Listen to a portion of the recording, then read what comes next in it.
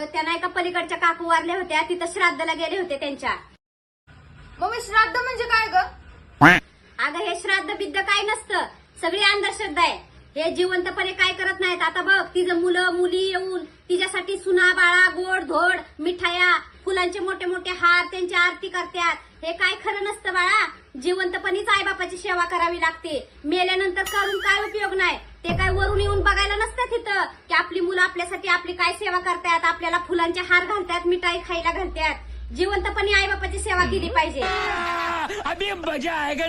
अजून त्यांच्या अस्थी गंगा नदीला नेऊन वाहायला गेलेत. काय उपयोग नाही बाळा. जिवंतपणी सेवा केली पाहिजे.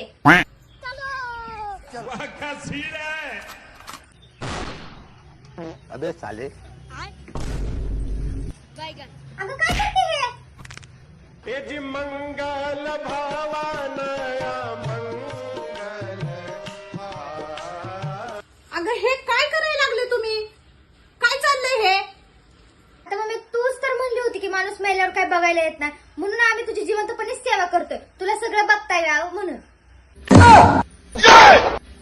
अगं दीदी चल ना लवकर, आपल्याला अजून अस्थी पण व्हायला जायचंय. हे प्रभु